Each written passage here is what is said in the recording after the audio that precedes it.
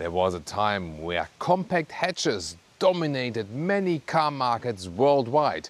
Are they making a comeback now, where almost all new cars are SUVs meanwhile? Kia says we also have a compact hatch for you. This is the all-new Kia K4. Is it a good successor of the Kia Ceed?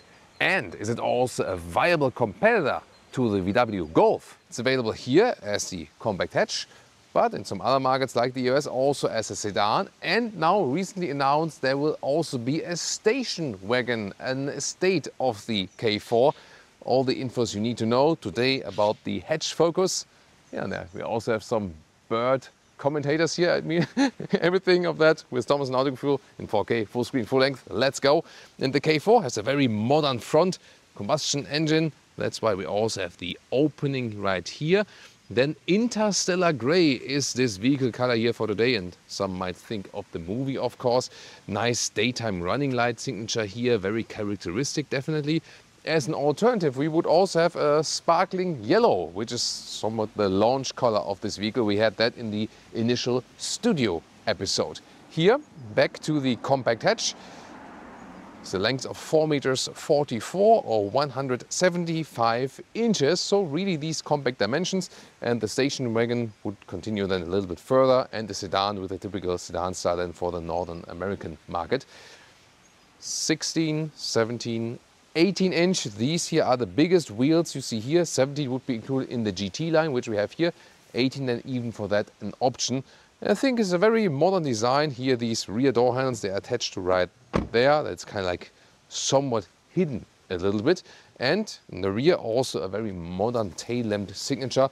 This looks a little bit like the Kia SUVs, but especially then here in this dark gray color with the GT line. The GT line has the sporty accentuations throughout front, side and the rear, and also the badge, and will also have special interior features as well. It's a front-wheel driven platform. Soon there will also be a hybrid engine coming up, an inbuilt, like a full inbuilt hybrid. This is then the last engine option so far. What is already available is a 1-liter 3-cylinder turbo. It's like the weakest, the entry-level engine. And then here we have the stronger one. This is a 1.6-liter 4-cylinder turbo. And this one here, let's put it up, with 150 or 180 horsepower. We have the one with 180 horsepower, and then 8.4 seconds is the acceleration figure, 0 to 1 kilometers an hour. The smaller engine would also have a mild hybrid option. That one here does not have one. Also reduced a little bit the trunk capacity. We'll soon talk about that. Here, by the way, also nice dampening underneath. So looks kind of promising so far. Are you a fan of like the classic hatch cars? Tell me in the comments. And of course, we're going to check out the interior, and I can tell you a lot has been. There we go. This is Autogefühl live on tape. So they have done a lot on the interior. You might think, wait a minute, what is the predecessor of this vehicle? It's the Kia Ceed in Europe, and in the US maybe the Kia Forte. And these are massive changes coming up here. It's a nice door closing sound. Also for the rear, sounds very rich and solid actually.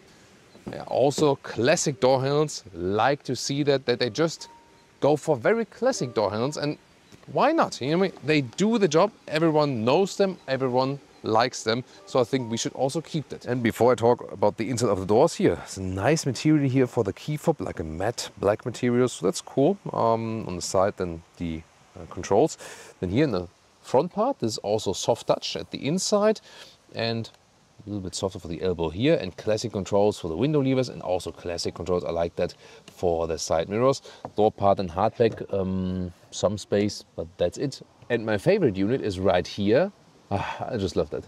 Seat heating, seat cooling, heated steering wheel, memory seating, and so easily accessible with a real knob. Take this, Golf. Yeah, maybe like they do like another update or something, then they take something from that. And then we have the two-tone scheme for the GT line. This is also the sports steering wheel, which has a little bit different form. And Leah is focusing that, yeah, very rightfully, because these are real buttons and scroll wheels on the steering wheel. pretty nice. And GT line also comes with the perforated high-grade leatherette in two-tone scheme. GT line and embossed in the top part, and then this perforation also allows the seat cooling. This is of course the best setup. However, I also like fabric seats. If you want to save some money and go with lower trim levels, then you have fabric entry seats. There's also, even in the GT line, the mix of fabric and leatherette, because usually with a lot of other Kia models, this is the GT line seat, period. But here with the K4, they have like one step more, that these seats are also only an option for the GT line. You have to pick the seat package for that. Just, you know, that you know that. Headroom here in the front, 189, 6 for 2, no problem. Steering wheel, manual, up and down, in and out. And I can already say, these seats are very comfortable. And in compact hatches, it might be a problem for some, especially if you're tall, that you don't find a good seating position. But here, you sit actually pretty well. Oh, and here, you have also these proper aluminum pedals, or aluminium, because sometimes I get from non-US viewers, some complain when I say, Thomas, you cannot say aluminum, it has to be aluminium. Yeah, so I rather say both. That's my favorite voice from Thomas. Oh, okay, yeah. So funny, I tend to do that at home. The frog voice, I tend to do that. The Kermit voice, I tend to do that at home as well. Yeah. To the likes of Leah. Yeah. Now to my favorite part of this vehicle and this video, it's the front cockpit, the interior here, which looks pretty cool, and is also a massive upgrade if we compare the so far Kia seat. And yeah, as I said, the VW Golf can the VW Golf can also take some notes right here. The one thing was of course the seats, because they're good in the ergonomics and they also look pretty cool, especially here in the highest trim. Gotta talk about the prices very soon though as well. And we have some nice ambient lighting integration right here. You can set it to a personal color, but also according to the driving modes. Then it's, I mean, it is covered here, this top dash. It's still quite hard though, but the material surface still feels and looks nice. We have a head-up display box here, and then we have two screens, left, right, but also additional one in the middle, because here you can also use the screen directly, but it doesn't make much sense, because as a driver you cannot see through the steering wheel there. It's more for the passenger maybe, because we still have a manual climate unit. And then me as a driver, I changed the fan speed here and then the temperature right there, and I can look straight and just control it like this, up and down, even without having to look at it. So that's a cool thing. Also a manual scroll wheel for the volume, also for the passengers. You know, the typical use case is I'm listening to loud music and it's too loud for Leah, so she turns it a little bit down. But she's the only one where I'm not mad at when she turns down the music. Sometimes she also likes to listen to loud music, but more like in a festival surrounding and stuff. Yeah. And then a glove box here. I mean, this was full of stuff now, therefore it goes down really fast. But you see, it does house some stuff. These sides here are all hard pack, but even when they are hard pack, the quality is still quite nice for that. Then here you can switch between connecting and only charging. Here left, right side only charging, USB-C chargers. Inductive charging pad is not ventilated though, so I would prefer the cable charging. Then this here, the automatic shifting wheel for the dual clutch transmission. Really thick old school stuff. I think it's actually pretty cool. It feels nice, looks and feels sporty. And there's one minor detail here now, gotta mention that. The whole car here has really good quality and materials, and this is always animal free, this car, except this here. This is animal leather, at least in parts. Doesn't make much sense. I think that's just like, yeah, heritage reasons or something like that, that they had these parts still or something like that. Yeah, doesn't make too much sense. Here, push, push. Whew. This is like these mini guillotines where you should not have your fingers right here, because that might hurt then. And then double adaptive. This is, I think in the Sportage we had it where I just had like one of these, but two are definitely better to hold different bottles tight. Then here a little bit soft for elbow. Yeah, it should be softer though. You can put a lot of clutter in here. This is like really that deep, but we had put all the filming clutter in here. And let's see, this also doesn't fall down quickly, only then here. So that's actually fine. So I'm really happy with the interior quality. Large steering wheel also. Then here the shifting pedals. You can really shift the gears with that if you like that. And scrolling for volume here, right side, left side to change something in the digital instruments. You can really feel at home here, and it's a non-BS car. That means whatever you're searching, you find it. Oh, I want seat heating. There we go. I want seat cooling. There we go. I want heated steering wheel. There we go. Warmer. There we go. Colder. There we go. Oh, I want to adjust the height of the head-up display. Setup. Head-up display. Head-up display. Adjusting. Height. Higher. So everything is kind of intuitive.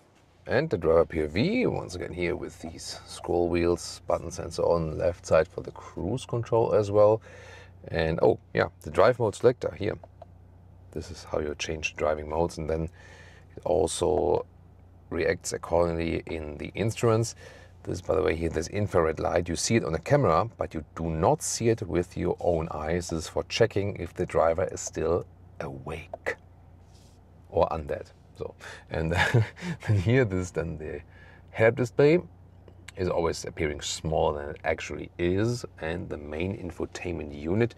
These are some different home menus you can choose, and the cool thing is I can set, for example, the favorite button that it always hops to the Apple CarPlay. That's cool. Set up then to switch something in the car around. The home button is also accessible here. The car internal GPS is maybe it's a little bit laggy and old school, so rather use your smartphone protection for that. That's, I think, the is just easier and more up-to-date always. Oh, and the like the sound system here, Harman Kardon sound system. We listen to that. We cannot show you all the music tracks because copyright and so on, but I can tell you it's really great sound. Now to the rear. First of all, the rear door. This is all hard packed then. Here's a little bit soft for the elbow, and you can even get here in the GT line, optional with the seat package, heated seats for the rear. That's actually quite nice, and a lot of space here for rear, in the rear for some bottles and so on. Then GT line also then with the perforated leatherette here in the rear. That's cool. Also feels nice. Isofix on the outsides each. Then we can pull down this with cup holders. These are not adaptive, but still good in quality. So also a ski hatch you can pull out then here if you want to load things through. In the lower part, 2 USB-C chargers, also easily accessible. And when I'm driving as a tall adult, this is actually quite good. I mean, it's a compact hatch. It's not too long, and I still have decent legroom. That's actually quite nice. So in a lot of compact vehicles, I have less legroom, definitely. So that's a good result. And here, these are like these integrated hangers for jackets also, but you can also use them like to maybe like helps you for getting in and out maybe or something. Then headroom 189, 6 for 2. A lot of headroom left, no problem as for that. And it's also decently comfortable. Yes, the angle of my knees, compact hatch I like, but because the seat material is also really nice, is actually a very good result here for a compact hatch. And can you please show your socks now? Oh yeah. The best Christmas gift. I got the Star Wars socks from Liam, of course, yeah. But I have to say, these are exclusive, only episode 1 to 6 socks. They are not socks for episode 7 to 9. Very important to note that. The classic hatch only needs a classic hatch here, and there's no electric function needed. You also have a nice handle here that you can grab it from the inside and easily also close it when it's, for example, raining outside. Camera is integrated right here. It's not hidden though, so might get dirty a little bit. And here you can see this new Kia logo. And then, let's check it out, 440 liters. Would be a little bit reduced when you have the mild hybrid though. This one fits in vertically, no problem, 1 meter or 40 inches in width. The standard length here is 85 centimeters, 33 inches. Underneath, some more space, like this. Looks like that it could also fit a replacement tire depending on the country version. You can also remove this one here completely. That would also work. Yeah, that's and here you have like an even transition, because then the total length to the front seats is some 1 meter 70 or 66 inches. Then we have this top cover here. There we go. Just pull it actually. That's a little bit easier. And then you can see you can also reach over and fold the seats. I went around this time, but you could also, when this is removed, reach over, and then there's no like a button or something, but this like this, you know, this lever is easier, you know, than some have like this button which you cannot press it easily. So this is then the maximum setup. Last but not least, the height. We are here at almost 70 centimeters or 27 inches. So I think well usable for being it only a hatch. You can also see here, due to the exterior form, the cutout here is also actually quite handy. Sport mode. Plop. This was 30 to 60 at first acceleration with driving the Kia K4. And this here was a message that the speed limit now changed. And this is essentially a Golf competitor, as we said earlier, and the Kia Ceed successor, basically. Yeah, sometimes the warning messages are a little bit prominent, definitely. What you can do, however, here, press and hold the mute button, and then the acoustic speed warning chime is actually deactivated. Also, because sometimes, even if you stick to the speed limit and just have like 101 at 100, which is according to GPS still below 100, and it, you know, starts beeping with this EU law, and this you can eradicate with that. So we're driving here the 180 horsepower version, 1.6 liter 4-cylinder turbo engine. 8.4 seconds is the acceleration figure, and we start with some motorway driving here around the Barcelona area in Spain. And sport mode here, you have a little bit crisper throttle input, so to speak. Let's see if it changes anything from the steering. When we go back here to the normal mode, yeah, steering is a little bit lighter than in this case. Normal mode, you would rather pick for normal driving to relax and so on. The steering wheel has good grip, good handle, high-grade leatherette, feels nice, and it's actually rather large, I would say, for this compact vehicle here.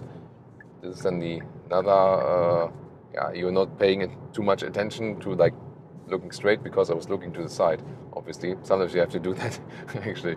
So here now, a motorway, going then towards 120. Here, by the way, it's nice to see the blind spot monitor. You have it in the side mirrors, but also when you change the lane, you have this Hyundai Kia Genesis function. They have it for a lot of vehicles, that you have another camera view than to where you are actually turning to. And we do have the largest wheels here, the 18-inch wheels, optional even for the GT line. GT line would come with 17 as standard. So far, it's actually good from the comfort. Suspension here seems to be a good compromise between sportiness and comfort. It is not soft, but it's also not too harsh. So not exactly like Golf GTI or something, but already that you have some contact to the road. Let's take it that way. Noise insulation here at 100 kilometers an hour so far is actually fine, not too loud. The tarmac here around the Barcelona area is also rather a rough tarmac, gotta say that. One more lane change here. Car is really stable. Good steering feel also, so there's a fine, sensitive input, not too much, but also no dead zone area here, so to speak. And then the seats, talked about that earlier, here with the top high-grade leatherette, which also has the ventilation function and also the seat heating, of course. And you can pick different seat materials, but it's actually a good comfort. So they really stepped up the game, the whole Kia brand, as for the seating comfort and the materials and so on. So good job, especially in the most recent years for that. So from the first driving impression, I can really say this is like really another level, like the Kia Ceed. So it's like, you know, stepping up the game, and this can very well be a Golf competitor. It feels really solid. Also, just experienced here, like there's like this dip in the road. The car remained very calm and stable as for that. So it feels really nice. Your first impression? Yeah, very nice. Yeah. I'm happy. Feeling happy as a passenger, Princess. So the good thing, of course, here we had a lot of EVs, because at this moment manufacturers are pushing EVs. All the new releases are like, a lot of them are EVs at this moment. So it's also good because no one is going all EV in yet as for the infrastructure and so on. So not everyone can go to EV now. So it's always good to present like a wide scale of drivetrains also for those who want to buy the combustion engines. And the good thing about this one here is that it feels really light because it's a compact hatch. Good dimensions, it's not too large, not too small. You can still do a lot of things with it. And it is still comfortable. That's to me one of the most important things, because when you drive a lot of the new SUVs, and also the SUV trend is getting, more and more, even more SUVs here and there. And then you understand when you go out of an SUV into compact hatch or normal sedan, and say like, yeah, okay, I can understand because the SUVs are more comfortable with the seating position and so on. But this one here, since the seats are really nice, it's a good and comfortable seating position. And since you have a lot of luxury features, like even the seat cooling, you can really lift this to another level then. That's good. Good brake feeling also, that you can finely tune it. Let's also check out here the adaptive cruise control. So we have it here. See also then with the active lane keeping assist, if it's nervous or if it's rather calm. I mean, some minor corrections, but actually not too bad. Let's see what it does then when of course this one would be done better with humans, so I would maybe like react a little bit earlier to leave this guy in here. But this was also smooth transition, so the brakes weren't like really hammered in. And now let's see, car gets more distance, should pick up the speed then again from 70 to 80. You can also rule the distance, by the way. If I say like, hey, I want like a little bit less distance, maybe you can also do that. Now also just with capacitive control of the assistance systems. So I just have to, hold on tight here, then the car still knows I'm here. Before, in older systems, you always had like really pull at the steering wheel that it still knows you're there. So that is also then upgraded. There we go. There's also a blind spot monitor once again. If there's someone approaching, you have an additional acoustic warning as for that. So it has a very round and settled feeling. And that is something indeed where the Golf has been famous for, that you just start driving and everything just feels right, and you don't have to complain about this and this and this. Yeah, but with the all-new Golf generation, you will maybe remember our reviews from the initial launch of the new Golf generation. Had so many problems with that generation, and then step by step, they even out the software bugs, put some new stuff in there, facelifted it and so on, and yeah, meanwhile they're then on the level again. But this one here in this compact hatch segment, as for the first driving impressions, it's really on the game now. And of course we want to know more about this when we drive it in a more agile way. Now some agile driving up the hill. It's going to be a lot of fun. We can also talk about the DCT dual clutch transmission we have in here. I mean, that huge shifting lever was pretty cool, definitely. It is really drawn back in a way of you don't feel much of the shifting, and that's of course for dual clutch transmission is a good thing, definitely. But that's more like when you drive motorway and city and so on, just does the job. You don't feel, you don't hear much from it. It's actually very smooth transitions from the gears. But how is it when we give it a little bit more push and, for example, also go for the sports mode? Here in the sport mode, it also shifts down a little bit earlier, for example. Here, once again, nice from the steering feeling. It's, by the way, a nice look out here on the city of Barcelona. There you can see Sagrada Familia on the right side. They're still building it. I think for, I don't know, 400 years or something. So there we go. But with the, in Cologne in Germany it was the same basically. So, and then here, once again, nice control from the steering, and you feel that the car is compact and light. It's actually a lot of fun to drive it. Good control from the brakes as well, nice braking feeling. And even here, the dual clutch transmission is, sometimes these DCTs, in Germany we would say like, verschluckt, like when you, like this, that there's something like, or stutter a little bit, but that doesn't happen here so far. So it's actually a good behavior of that one, that you can very well control it. So it is a very solid and comfortable compact hatch, but you can also have fun with it, and it doesn't need to be like an additional extra sporty version. I mean, Kia K4 GT, like a true GT, why not, you know, at some point maybe. Like Hyundai offers with their N, the true N models. Is of course not the main focus here, but could work definitely. So here also the larger wheels, of course, give us like a little bit more contact. That feels really nice, and so far I haven't felt that there would be really uncomfortable or something. Leah still feeling all right, yeah, although yeah, fine, yeah. Oh, that's a good sign, because like these serpentine roads, they're really tough on the passengers or co-drivers, as I call them usually. And that's a really good sign that she still feels all right. And the consumption, we did some, you know, like back and forth so that there's not too much topographic difference, and also like not too much difference overall. Pick this route with city traffic, inner city motorway, not too high speeds, but also some stop and go back and forth, which is of course not the coolest thing for a combustion engine. So here realistic consumption just close to 8 liters on 1 kilometer, 7.6, something like that, is close to the WLTP range, maybe a little bit worse. I think that would be a realistic case then. This is here 29 mpg US, 35 mpg UK. So it's not the most efficient car here.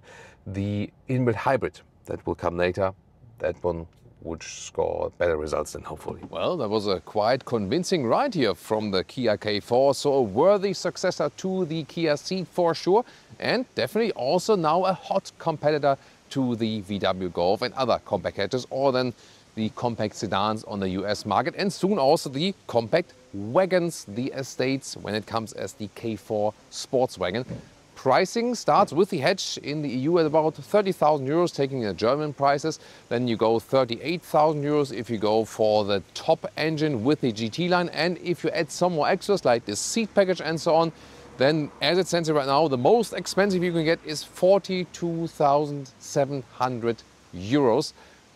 It's of course not cheap for a compact hatch. However, if we compare nowadays car prices and what you see, what you get for that, then, you know, like with cool seats and so on, and the quality and also the ride quality, it's still, I think, a decent offer overall. Or what do you think? Tell me your opinion in the comments. And now it's time to check out the competition.